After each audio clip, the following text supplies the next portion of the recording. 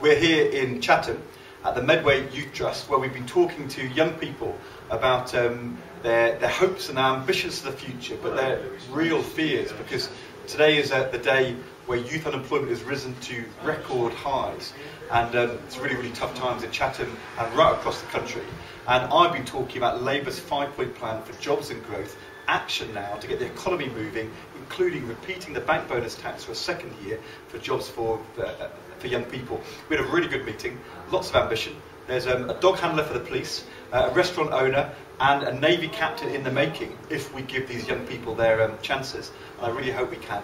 We were talking to Ben, who's a trustee here of the Medway Youth Trust, and also a member of the Youth Parliament here in Chatham. And he organised a conference just a few weeks ago, talking to young people about what's going on here and their worries about tuition fees, EMAs and jobs. So Ben, what were they saying to you in the conference? Basically, Youth Parliament did a conference about a month ago, and it focused on education, and it was called What Next? Basically, they were kind of saying that they have worries about, about AMA, about getting to college. They're also really worried about the rise in tuition fees, and that seems to come out of the conference. And are there jobs here in Medway for young people?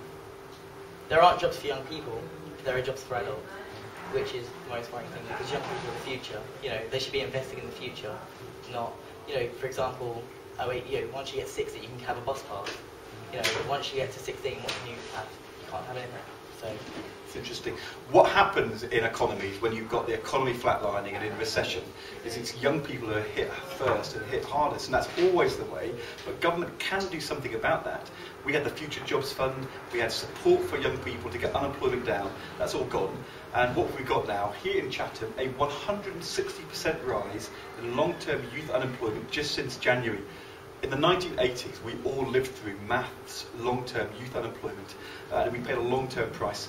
We cannot make that mistake again. So I hope we can listen to Ben, listen to young people, and I hope people will listen to Labour's 5-point plan for jobs and growth to get the economy moving again and match the ambition of these young people with action. That's what we need to do.